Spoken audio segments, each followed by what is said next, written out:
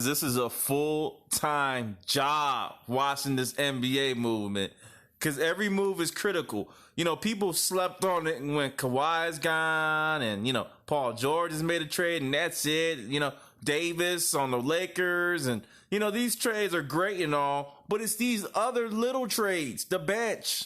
The bench is what really counts. And guess what? Denver Nuggets back in the game again. They have solidified the scariest looking front court in the NBA. To add on to this roster of athletes, including recently drafted Bobo, Mike Porter Jr. if he's healthy, Mason Plumlee, and Nikolai Jokic, Paul Millsap. How about one more? Freaking Jerami Grant. I don't know what that spells for Trey Lyles, but I think I would move one of these other gentlemen, such as Jared Vanderbilt, Thomas Welch. One of those guys can grow so you can add on some guard help. As I look at this roster, Isaiah Thomas more than likely signing with the Washington Wizards. There's one piece that they're missing, and everyone's talking about Carmelo to the Lakers. But I would tell you what, in this situation, with this strong of a team defensively, I would say the best option for this team is to look at a Carmelo Anthony or even a J.R. Smith to assist with their shooting. Gary Harris, as well as Jamal Murray, played an integral role in scoring.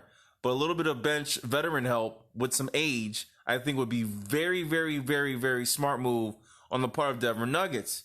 Where have they climbed to? Right now, the most slept on teams are the Denver Nuggets and Portland Trailblazers once again. And I tell you what, they have all the pieces, even though people like to think that the Lakers and Clippers are on top.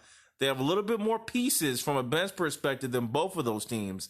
And I could see these two in the Western Conference Finals without a hesitation. The one team that's fallen off the map is the Houston Rockets. I don't know what they're doing right now. Morey's trying to make some plays. But Jerami Grant would have been a great addition to your team. Why weren't you in the running for this man? Once again, teams are sleeping. So Jerami Grant gets added to the Nuggets. Obviously, there'll be some movement. I hope they don't let go of Paul. Not Paul Millsap, Mason Plumlee, Mike Porter Jr., Bobo. You know, maybe Honche Hernan Gomez possibly moves or it gets waived. But Tyler Linden, Honcho Gomez, and even Jared Vanderbilt, Thomas Welch as well. Those four guys can be moved off. Make way for Jerami Grant. Isaiah Thomas is also gone. What can you add from a guard perspective or small forward that's ultimately going to be your scoring threats off of the bench? Craig had a great year, but he's not automatic like I expect him to be. Malik Beasley as well. And Will Barton is supposed to be their sixth man.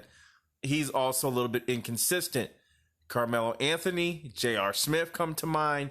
They are strong defensively. Could you see a Denver reunion of Smith and Anthony back to this team? There's also some other free agents. Justin Anderson, I talked about him before as a possibility. There's several other guys as well. They need scores, and I think with this addition of Jerami Grant, Denver Nuggets, again, have solidified themselves as a top 3 team. Okay? Top 3 team in the NBA. So we'll see what happens next year. I love the move. They are working it smart.